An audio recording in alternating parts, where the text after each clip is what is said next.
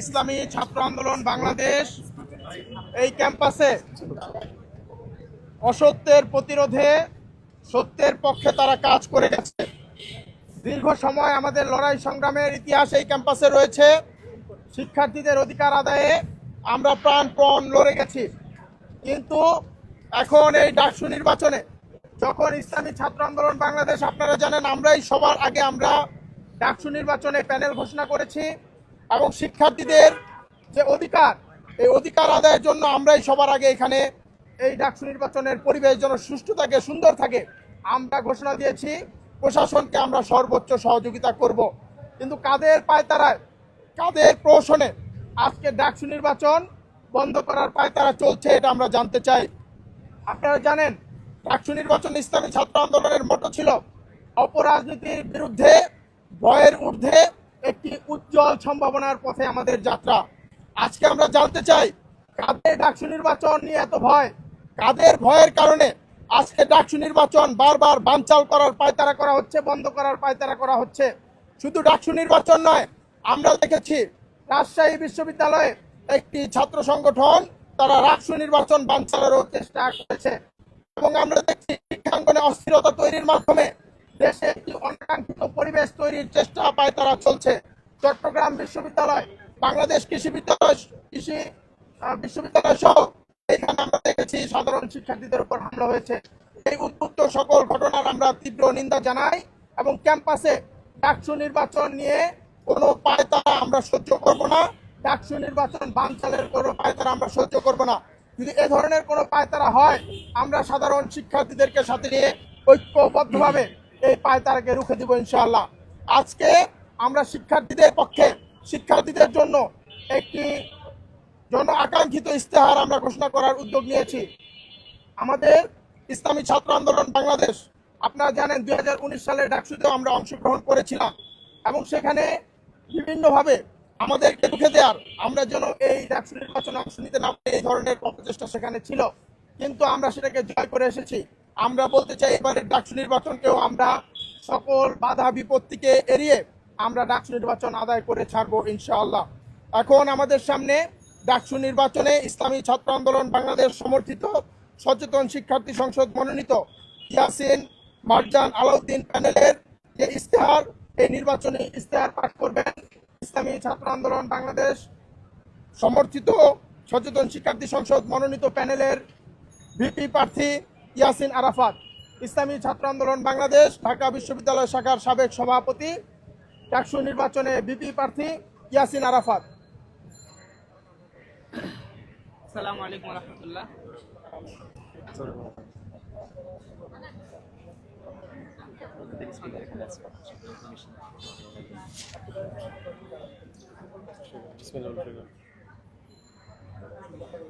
বিসমিল্লাহির রহমানির রহিম। মহান আল্লাহ তাআলার জন্য সকল প্রশংসা। প্রিয় নবী মুহাম্মদ সাল্লাল্লাহু আলাইহি ওয়াসাল্লাম এবং তার সাহাবাগণের উপর রহমত বর্ষিত হোক। বিনম্র সাথে স্মরণ করছি সকল মুক্তি সংগ্রামে আত্মত্যাগকারী বীর সন্তানদের। প্রিয় শিক্ষার্থী বন্ধু, আমাদের আত্মপরিচয়ের দুইটি প্রধান অনুষঙ্গ হলো ভাষা ও সংস্কৃতি, আরেকটি হলো ধর্মীয় পরিচয়। ভাষা ও সংস্কৃতির দিক থেকে আমরা বাঙালি, আর গত 1 সহস্রাব্দ বছর ধরে আমরা মুসলমান। লালমনিরহাটে আবিষ্কৃত শিলালিপি থেকে জানা যায় বাংলাদেশের সাথে ইসলামের সম্পর্ক 7ম শতক থেকে বিদ্যমান। এই দীর্ঘ সময় ধরে আমাদের এই ভূখণ্ডের মানুষের চিন্তা, চেতনা, বিশ্বাস, মূল্যবোধ, সংস্কৃতি ও জীবনধারার মূল তালিকা শক্তি ছিল এই যৌথ আত্মপরিচয়। তাই আমাদের দৃঢ় বিশ্বাস বাংলাদেশ পরিচালিত হওয়া উচিত এই ঐতিহাসিক দুই অনুষঙ্গ অর্থাৎ ইসলাম ও বাঙালিয়ানার ভিত্তিতে।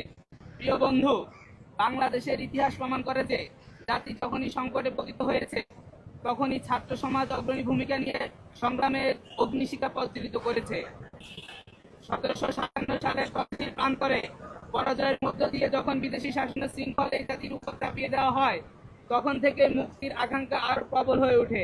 ব্রিটিশ বিরোধী আন্দোলনে তরুণ শিক্ষার্থীরা আত্মত্যাগের মাধ্যমে উপনিবেশিক শাসনের বিরুদ্ধে গর্জে ওঠে। 1971 সালের রক্তক্ষয়ী মুক্তিযুদ্ধে বিশ্ববিদ্যালয় শিক্ষাঙ্গন রূপ নেয় মুক্তিকামী সংগ্রামের ঘাঁটিতে, আর শিক্ষার্থীরাই হয়ে ওঠে স্বাধীনতার অগ্রসৈনিক। সম্প্রতি 2024 সালে জুলাই অভ্যুত্থানের মাধ্যমে নতুন ইতিহাস সৃষ্টি হয়েছে, যেখানে ছাত্র জনতার মিলিত আন্দোলন প্রমাণ করেছে অন্যায়, স্বৈরতন্ত্র ও দমননীতির বিরুদ্ধে এ জাতি কখনো মাথা নত করে না। এ দীর্ঘ ইতিহাসে ডাকসু কেবল একটি ছাত্র সংসদ নয়, বরং শিক্ষার্থীদের অধিকার, স্বাধীনতা ও সংগ্রামের প্রতীক হয়ে আছে। পলাশীর ক্ষত থেকে মুক্তিযুদ্ধের বিজয়, ব্রিটিশ বিরোধী আন্দোলন থেকে সাম্প্রতিক গণ অভ্যুত্থান, প্রতিটি বাক বদলে ঢাকা বিশ্ববিদ্যালয় ও ডাকসুর নেতৃত্বাধীন ছাত্র সমাজ ছিল অগ্রভাগে। ন্যায় বিচার ও শিক্ষার অধিকারের প্রশ্নে ডাকসু সবসময় গুরুত্বপূর্ণ ভূমিকা পালন করেছে। প্রিয় শিক্ষার্থী, ইসলামী ছাত্র আন্দোলন বাংলাদেশ বিগত 34 বছর ধরে দেশের প্রতিটি ক্যাম্পাসে নিয়মতান্ত্রিক ও ধারাবাহিকভাবে কাজ করে যাচ্ছে। প্রতিটি ছাত্র রাজনীতির মতো কোন রাজনৈতিক দলীয় দাসত্ব তথা লেজুর ভিত্তি করা ক্ষমতার রাজনীতিতে শরিক হওয়ার পথ অনুসরণ না করে সংগঠনটি শিক্ষার্থীদের ব্যক্তি জীবন গঠন, নৈতিকতা ও দক্ষতার উন্নয়ন এবং দেশ ও উম্মার প্রতি দায়বোধ জাগ্রত করার জন্য কাজ করে যাচ্ছে। আমরা বিশ্বাস করি জ্ঞান, দক্ষতা, সততা ও দেশপ্রেম এই চারটি গুণই টেকসই উন্নয়নের প্রধান শর্ত। তাই দক্ষ, নৈতিক ও দেশপ্রেমিক প্রজন্ম গড়ে তোলাই আমাদের মূল লক্ষ্য। প্রতিষ্ঠা লগ্ন থেকে ইসলামী ছাত্র আন্দোলন বাংলাদেশের শিক্ষার্থীদের অধিকার আদায়ে প্রতিটি আন্দোলন অগ্রণী ভূমিকা পালন করেছে। বিশেষত 18 ও 2024 সালের কোটা সংস্কার আন্দোলন এবং জুলাই মাসের গণ অভ্যুত্থানে সংগঠনটি সক্রিয় ভূমিকা রেখেছে। বিগত 2019 সালে ডাকসু নির্বাচনে ইসলামপন্থীদের প্রতিনিধি হিসেবে পূর্ণাঙ্গ প্যানেলে অংশগ্রহণ করে ইসলামী ছাত্র আন্দোলন বাংলাদেশ। প্রিয় বন্ধু, ঢাকা বিশ্ববিদ্যালয় কেবল উচ্চশিক্ষা প্রতিষ্ঠান নয়, বরং একটি জাতির ইতিহাসের নির্মাতা। বাংলাদেশের রাজনৈতিক, সাংস্কৃতিক, অর্থনৈতিক ও জ্ঞান চর্চার ইতিহাসে এর বিশ্ববিদ্যালয়ের মূল কাজ জ্ঞান চর্চা, জ্ঞান উৎপাদন ও জ্ঞান বিতরণ হলেও এক্ষেত্রে ঢাকা বিশ্ববিদ্যালয় বৈশ্বিক মানদণ্ডে অনেক পিছিয়ে।